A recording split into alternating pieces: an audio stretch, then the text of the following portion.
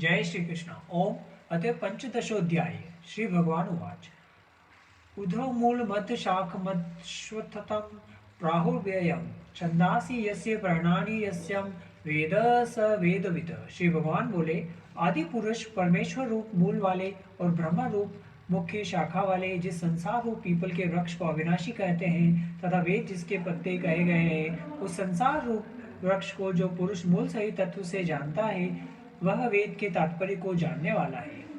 आदि पुरुष नारायण वासुदेव भगवान ही नित्य और अनंत तथा सबके आधार होने के कारण और सबसे ऊपर नित्य ध्यान में सगुण रूप से वास करने के कारण उद्धव नाम से कहे गए हैं और वे मायापति सर्वशक्तिमान परमेश्वर ही इस संसार रूप वृक्ष के कारण है। इसलिए इस संसार वृक्ष को उद्धव मूल वाला कहते हैं।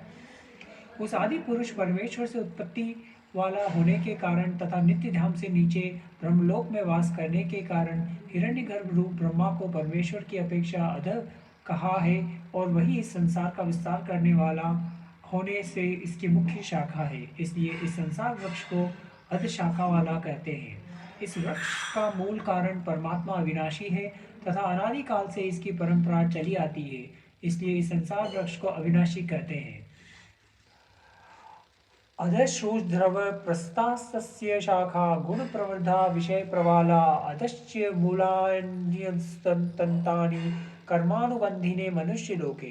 उस संसार वृक्ष की तीनों गुणों रूप जल के द्वारा बढ़ी हुई एवं विषय भोग रूप कोपलों वाली देव मनुष्य और तिर्यक या आदि योनि रूप शाखाएं नीचे और ऊपर सर्वत्र फैली हुई है तथा मनुष्य लोक में कर्मों के अनुसार बांधने वाली अहंता महंता और वासना रूप जड़ें भी नीचे और ऊपर सभी लोकों में व्याप्त हो रही है। इस वृक्ष की शाखा रूप ब्रह्मा से प्रकट होने वाले और यज्ञादि कर्मों के द्वारा इस संसार वृक्ष की रक्षा और वृद्धि करने वाले एक एवं शोभा को बढ़ाने वाले होने से वेद पत्ते कहे गए हैं। भगवान की योग माया से उत्पन्न हुआ संसार क्षण भंगुर नाशवान और दुख रूप है। इसके चिंतन को त्याग कर केवल परमेश्वर का ही नित्य निरंतर अनन्य प्रेम से चिंतन करना वेद के तात्पर्य को जानना है। शब्द स्पर्श रूप रस और गंध ये पांचों स्थूल देह और इंद्रियों की अपेक्षा सूक्ष्म होने के कारण उन शाखाओं की कोपलों के रूप में कहे गए हैं। मुख्य शाखा रूप ब्रह्मा से संपूर्ण लोकों के सहित देव मनुष्य और तिर्यक आदि योनियों की उत्पत्ति और विस्तार हुआ है। इसलिए उनका यह शाखाओं के रूप में वर्णन किया गया। न रूपिमस्ये तथोपलभ्ये नान्तो न नार्दिन च संप्रतिष्ठा अश्वत्थमेनं सुवीरूढमूल मसंग शस्त्रेण दृढ़ेन चित्वा। इस संसार वृक्ष का संपूर्ण जैसा कहा है वैसा यहाँ विचार काल में नहीं पाया जाता, क्योंकि न तो इसका आदि है और न अंत है तथा इसकी अच्छी प्रकार से स्थिति ही है। इसलिए इस अहंता ममता और वासना रूप अति दृढ़ मूलों वाले संसार रूप पीपल के वृक्ष को दृढ़ वैराग्य रूप शस्त्र द्वारा काटकर अहंता ममता और वासना रूप मूलों के केवल मनुष्य योनि में कर्मों के अनुसार बांधने वाली कहने के कारण यह है कि अन्य सब योनियों में तो केवल पूर्वकृत कर्मों के फल को भोगने का ही अधिकार है और मनुष्य योनि में नवीन कर्मों के करने का भी अधिकार है। इस संसार का जैसा स्वरूप शास्त्रों में वर्णन किया है और जैसा दुख देखा सुना जाता है वैसा तत्व ज्ञान होने के पश्चात नहीं पाया जाता। जिस प्रकार आँख खुलने के पश्चात स्वप्न का संसार नहीं पाया जाता, इसका आदि नहीं है। यह कहने का प्रयोजन यह है कि इसकी परंपरा कब से चली आती है इसका कोई पता नहीं है, इसका अंत नहीं है। यह कहने का प्रयोजन यह है कि इसकी परंपरा कब तक चलती रहेगी इसका कोई पता नहीं है।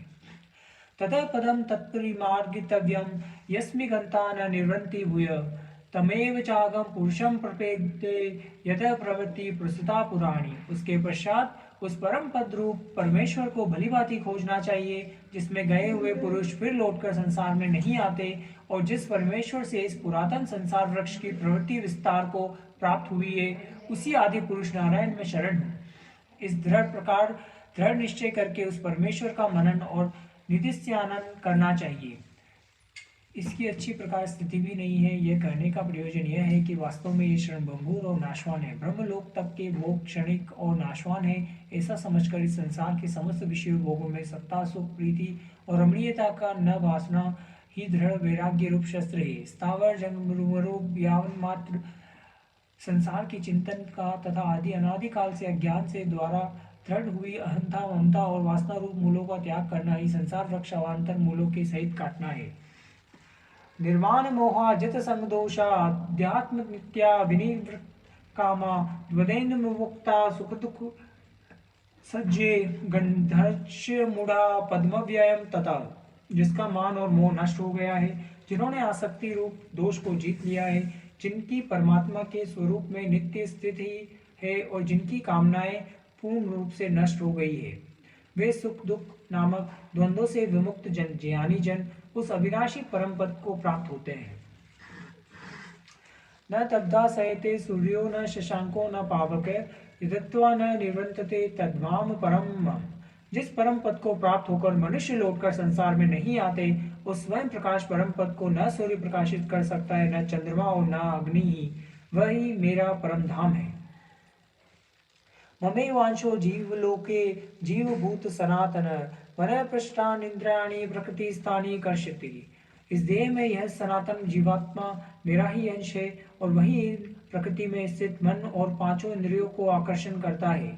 शरीरम यद वाप्नोति यंचातुर्कामीश्वर गृहीत्वेतानि संयाति वायुगंधा विनाशयात्। वायुगंध के स्थान से गंध को जैसे ग्रहण करके ले जाता है, वैसे ही देहादि का स्वामी जीवात्मा भी जिस शरीर का त्याग करता है, उससे इन मन सहित इंद्रियों को ग्रहण करके फिर जैसे जिस शरीर को प्राप्त होता है उसमें जाता है। श्रोत्रम चक्षुस्पर्शनम च रसनम घ्राणमेव च अधिष्ठाय मनश्चाय विषयानुपसेवते।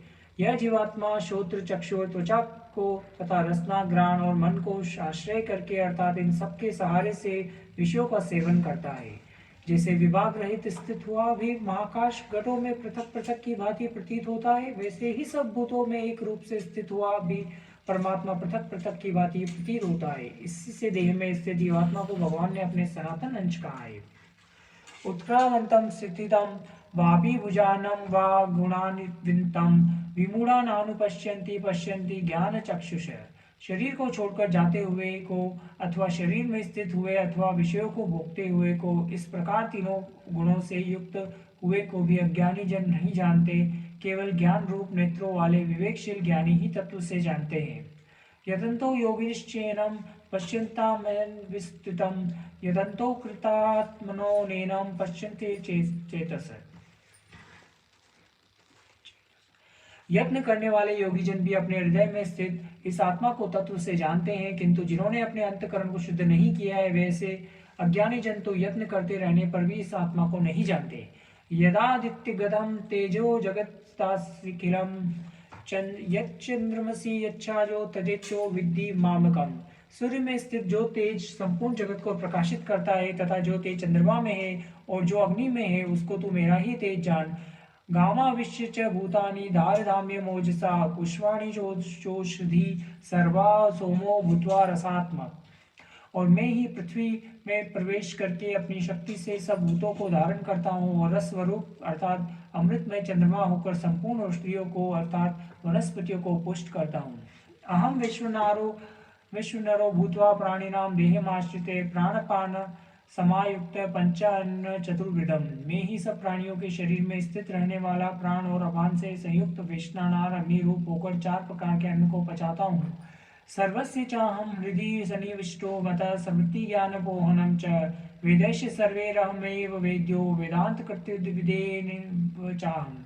मैं ही सब प्राणियों के हृदय में अंतर्यामी रूप से स्थित हूँ तथा मुझसे ही स्मृति ज्ञान और अपोहन होता है और सब वेदों द्वारा मैं ही जानने योग्य हूँ तथा वेदांत का कर्ता और वेदों को जानने वाला भी मैं ही हूँ। भक्ष्य भोज्य लेह और चौष्य ऐसे 4 प्रकार के अन्न होते हैं। उनमें जो चबाकर खाया जाता है वह भक्ष्य है, जैसे रोटी आदि, और जो निगला जाता है वह भोज्य है, जैसे दूध आदि, तथा जो चाटा जाता है वह लेह है, जैसे चटनी आदि, और जो चूसा जाता है वह चौष्य है, जैसे ईख आदि।